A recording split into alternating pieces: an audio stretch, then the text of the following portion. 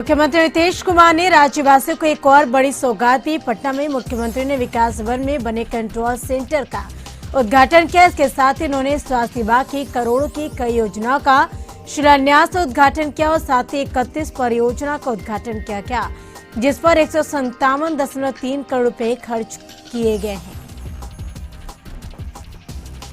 बिहार को विश्वस्त राज्य का दर्जा देने की मांग तेज होने लगी। सीएम नीतीश के बयान के बाद अब ऊर्जा मंत्री विजेंद्र यादव ने विश्वस्त राज्य के दर्जे की मांग उठाई। उन्होंने कहा कि अगर राज्य को समृद्ध बनाना है तो विश्वस्त राज्य का दर्जा सबसे जरूरी है। उन्होंने फिर कहा कि नीति आयोग को ऐसी रिपोर्ट नहीं बनानी चाहिए, हम पिछड़े हैं। इस बात को नीति आयोग ने जब स्वीकार कर लिया है तो फिर हमारी तुलना विकसित राज्यों से क्यों की जा रही है। हालांकि दूसरी तरफ बीजेपी की राय इस मुद्दे पर अलग है। बीजेपी नेता और मंत्री जीवेश मिश्रा ने कहा कि बिहार विकास कर रहा है, विश्वस्त राज्य का दर्जा मिले ना मिले इससे कोई फर्क नहीं पड़ता।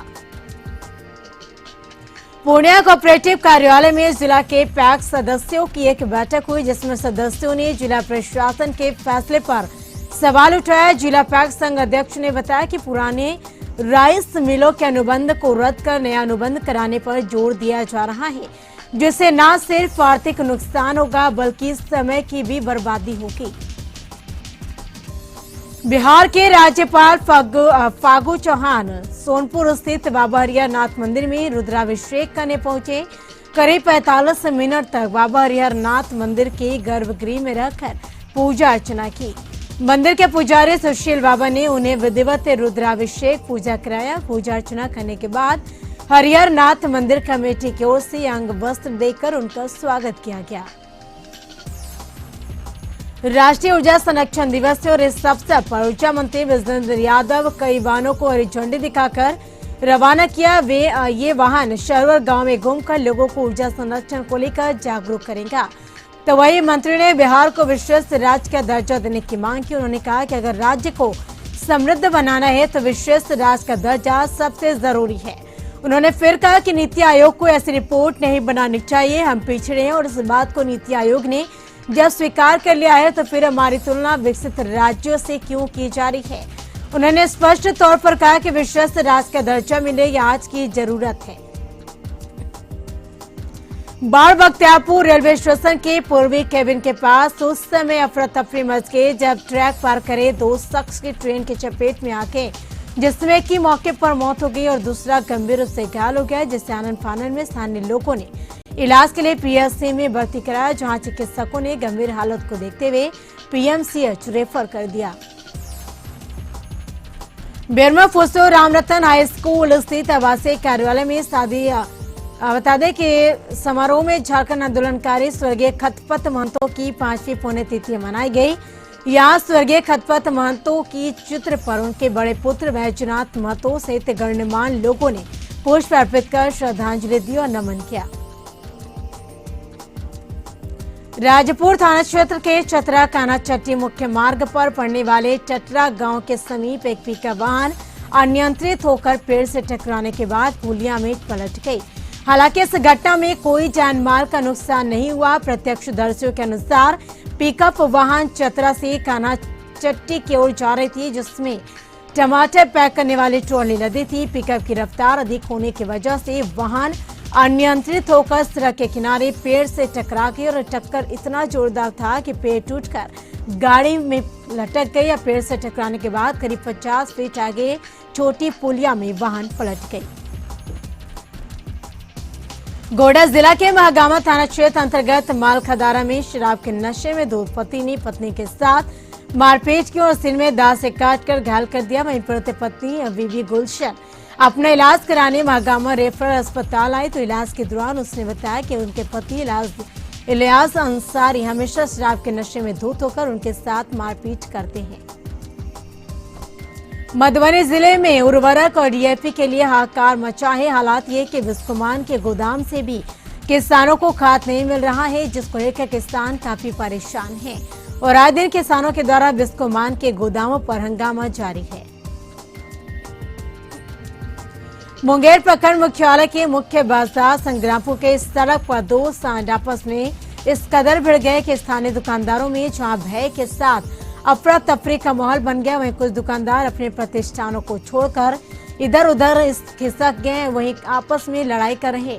सांड उनकी ओर कहीं ना आए। इसको हालांकि सड़क पर सांडों की लड़ाई के दौरान सड़क पर जाम की जैसी स्थिति बन गई और लोग अपने वाहनों को बचाने में लगे दिखाई दिए। बिहार के डीजीपी दावा करते हैं कि क्राइम कंट्रोल में है, लेकिन पटना में मौजूदा स्थिति है कि कभी भी कहीं भी अपराधी वारदात को अंजाम दे रहे हैं। जानीपुर थाना की रामपुर फरीद में नवनिर्वाचित मुखिया नीरज कुमार को अपराधियों ने गोलियों से भून दिया। बताया जा रहा है कि किसी फाइल पर साइन कराने के लिए नीरज कुमार को बुलाकर कुछ लोग कार्यालय में ले गए। नीरज कुमार जैसे ही ऑफिस के पास पहुंचे, वैसे ही 2 बाइक पर सवार 3 अपराधियों ने ताबड़तोड़ 5 गोली मार दी और फरार हो गए। हत्या से गुस्साए लोगों ने शव के साथ शिवाला नौबतपुर रोड को जाम कर दिया और जमकर बवाल काटा। परिजनों का आरोप है कि वारदात में मुख्य प्रत्याशी मिथिलेश समेत कई लोग शामिल थे। वैशाली जिले के सिरा थाना क्षेत्र से जांच शंभूपुर कुवारी में पटना से कोई चोर बाइक से बकरी चोरी करने आए थे, जिसमें एक व्यक्ति बकरी चोरी करने के दौरान ही पकड़ लिया गया। ग्रामीणों के द्वारा पहले तो लोगों ने बकरी चोरी के आरोप में उसकी धुनाई कर दी। पिटाई करने के बाद पिटाई से बचने के लिए पानी भरे पोखर में कूद गया। ठंडी के कारण उसकी हालत भी ऐसे हुई। वीडियो बता दें कि इलाज के लिए सदर अस्पताल ले गया, जहां इलाज के दौरान स्थानीय पुलिस के द्वारा उसे गिरफ्तार कर लिया गया। मधेपुरा के सदर थाना क्षेत्र के हनुमान नगर चौरा गांव में 12 दिसंबर को बीते अचानक आग लगी। 8 घर जलकर राख हो गया, लेकिन 1 साल की सोनी ने अपनी जान पर खेल कर भाई की जान बचा। लेकिन इस दौरान सोनी के कपड़ों में आग लग गई, जिससे वह बुरी तरह से जल गई। फिलहाल सोनी का इलाज मधेपुरा के जननायक कर्पूरी ठाकुर मेडिकल कॉलेज अस्पताल में चल रहा है। सोनी की बहादुरी को देख पूरे गांव वालों की आंख अब भी नम हो जाती है। मधेपुरा सदर के अंचलाधिकारी योगेंद्र दास ने सोनी की बहादुरी पर सलाम किया और कहा कि उसकी बहादुरी के लिए सरकारी स्तर पर मिलने वाले उचित सम्मान के लिए नामित किया जाएगा। साथ ही जिला पदाधिकारी से राष्ट्रीय वीरता पुरस्कार के लिए नामित करने की अनुशंसा करने की भी बात कही।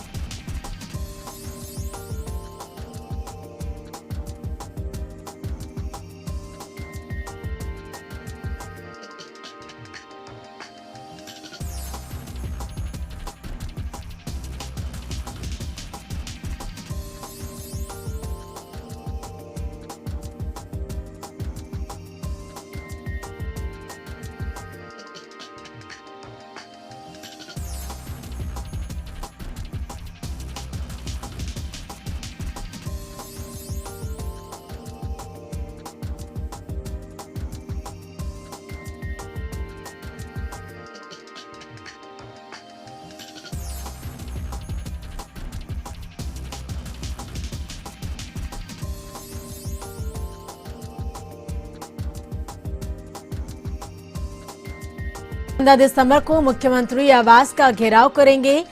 बता दें कि राज्य भर से अभ्यर्थी इस कार्यक्रम में शामिल होंगे। जेपीएससी के अभ्यर्थियों ने 7वीं से 10वीं जेपीएससी पीटी परीक्षा को रद्द कराने की मांग की। पीटी परीक्षा का परिणाम प्रकाशित होने के बाद से आंदोलन कर रहे ओएमआर शीट से छेड़छाड़ का आरोप लगा रहे अभ्यर्थियों ने कम अंक लाने वाले को पास और अधिक अंक लाने वाले अभ्यर्थियों को फेल करने का आरोप लगाया है। देवघर के 60 बजरंग बली मुख्य चौक के पास मोबाइल दुकान में आग लगी। आग इतनी भयावह थी कि अफरा तफरी का माहौल कायम हो गया। आग से दुकान का सारा सामान जलकर राख हो गया। वहीं घटना के बाद पुलिस और ग्रामीणों ने बताते चले कि आग पर काबू पाने का काफी प्रयास किया, लेकिन आग नहीं बुझ पाई। हालांकि इसके बाद दमकल की गाड़ियों को बुलाया गया। दुकानदार के अनुसार करीब 50 लाख रुपए का सामान जलकर राख हो गया और आग पर काबू पाया गया। गढ़वा में इन दिनों एक चोर पुलिस के लिए सिरदर्द बनकर उभर रहा। वह चोर कोई मामूली चोर नहीं बल्कि शातिर चोर और पुलिस को लगातार चुनौती दे रहा है। पिछले 2 माह में उसने 2 बड़े दुकानों में चोरी की घटना को अंजाम दिया है और सीसीटीवी में कैद वही चोर जो पुलिस को चुनौती दिए। दरअसल शहर में एक चोर पिछले 2 महीनों में 2 बड़ी चोरी की घटनाओं को अंजाम दे चुका है और इस संबंध में पुलिस ने बताया कि चोर उसी अंदाज में चोरी किया है और जिससे पूर्व में ज्वेलर्स दुकान में चोरी किया था। हम लोग जांच करें और जल्दी चोर पुलिस के गिरफ्त में होगा। गोड़ा के हनवारा थाना क्षेत्र में आगरे सेकने के दौरान एक बुजुर्ग बुरी तरह से झुलस गया। रामकोल का निवासी शेख शीडाजुद्दीन का शरीर 50 फीसदी जल गया। परिजनों ने बताया कि शेख सिराजुद्दीन आग सेक रहा था। इसी दौरान उनके कपड़े में आग लगी। तभी घायल व्यक्ति चिल्लाने लगा और आसपास के लोग उसके कपड़ा खोलकर बचाया उसको और घायल बुजुर्ग को गोड्डा सदर अस्पताल में भर्ती कराया गया। गोड्डा के महागामा थाना क्षेत्र अंतर्गत मालखदारा में शराब के नशे में धुत पति ने पत्नी के साथ मारपीट की और घायल कर दिया। पीड़ित महिला को महागामा अस्पताल में भर्ती कराया गया। उस दौरान पीड़िता ने बताया कि उनके पति हमेशा शराब के नशे में धुत होकर उनके साथ मारपीट करता है। अभी हाल ही में उनका पति 10 महीने जेल में रहकर आया है। अस्पताल के डॉक्टरों ने महागामा थाने को सूचना दी है।